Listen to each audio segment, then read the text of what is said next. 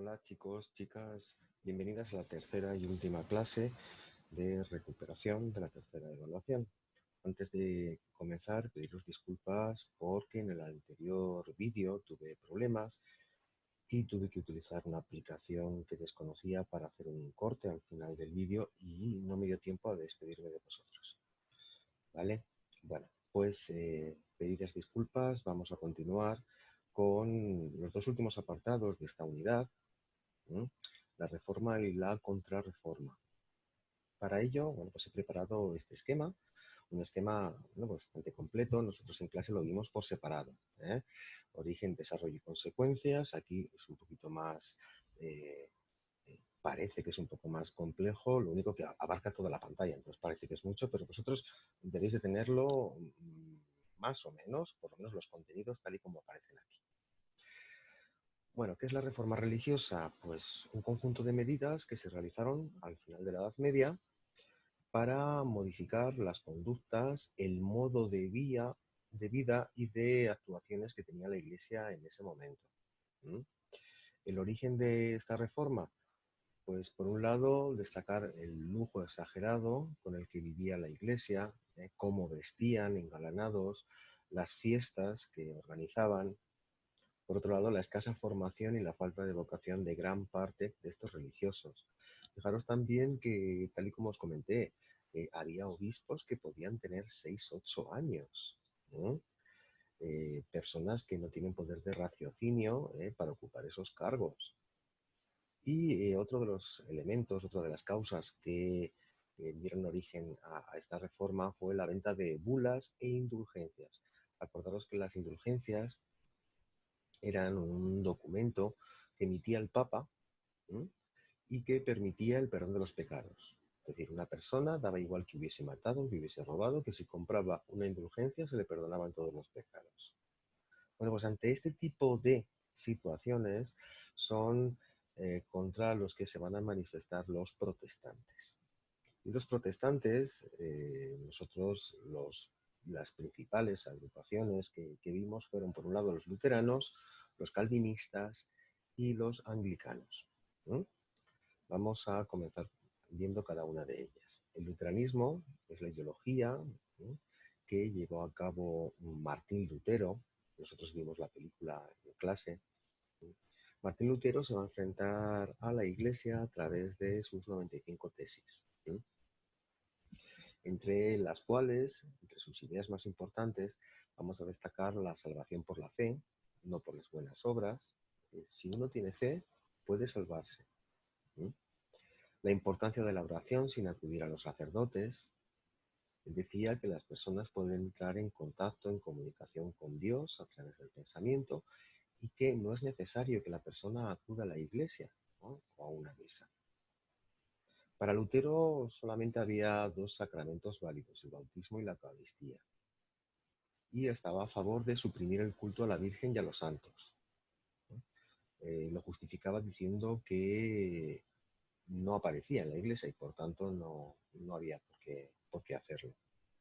Para Lutero, la máxima autoridad religiosa es la Biblia. Es lo único que tiene sentido, lo único que tiene valor. Como sabéis, Lutero fue acogido por los príncipes alemanes, ¿no?, que es donde estuvo viviendo, y el luteranismo se extendió pues, por el centro y norte de Europa. Respecto al calvinismo, su máximo representante fue Juan Calvino, y entre sus ideas a destacar podríamos indicar la predestinación. Para Juan Calvino todo está predestinado, independientemente de lo que uno haga. Además, para él el trabajo dignifica al ser humano, ¿no?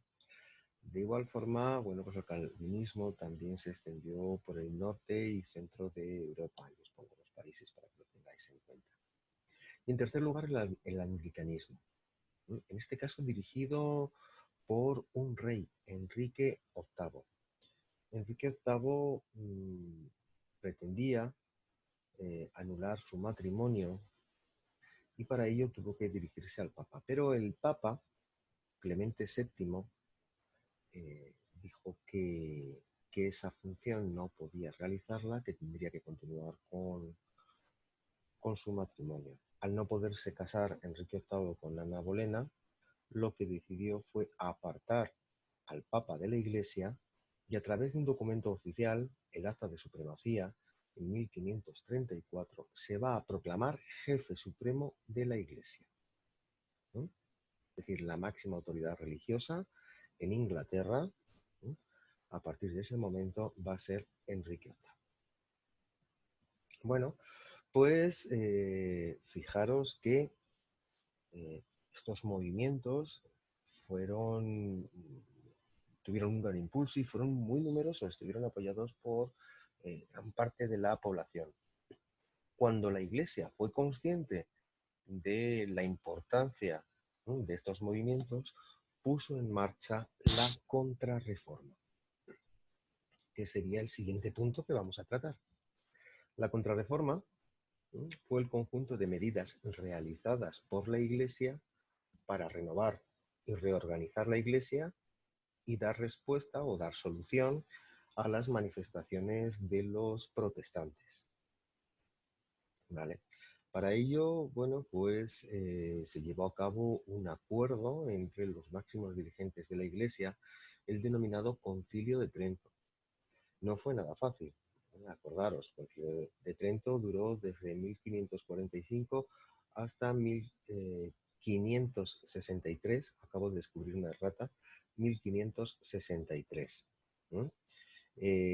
Bueno, pues en esta reunión la Iglesia intenta corregir los errores y proponer soluciones, ¿no?, en base a la fe católica. Tras este concilio se llevan a cabo unas conclusiones, como fueron pues, la importancia de la fe y de las buenas obras, el carácter sagrado de la misa, el culto a los santos y a la Virgen. Se reafirmaron los 7 sacramentos, es decir, se da validez a los 7 sacramentos, la importancia de la Biblia y de la persona del Papa, ¿no?, como máxima autoridad religiosa, la prohibición de venta de indulgencias, la creación de seminarios y la difusión del catecismo. ¿Vale? Esas fueron las conclusiones a las que se llevaron.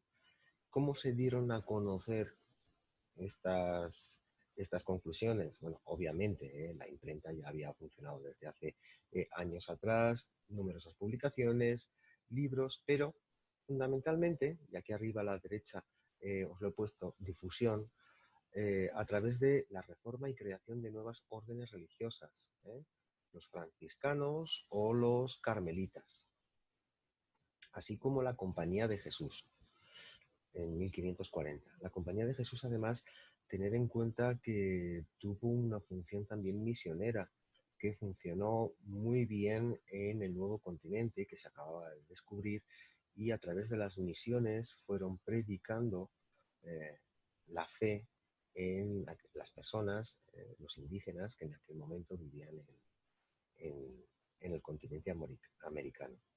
Sin embargo, bueno, pues he puesto otro apartado, lucha contra el protestantismo. ¿Todo se solucionó? No. Aún perduraron las guerras de religión. Y además, en el caso de España, cuyo emperador en aquel momento era Carlos V, a través de la Inquisición se persiguió a los protestantes, es decir, a todos aquellos que estuvieran en contra de los ideales de la Iglesia. Es decir, se puso una solución momentánea, pero para el caso español, en este momento, no fue la solución infalible. Sería después de unos cuantos años cuando, a través de la paz de Habsburgo, en 1555, se consigue establecer una paz religiosa para todos. Bueno, pues esto es todo, amigos. Nos vemos dentro de poco. Hasta luego.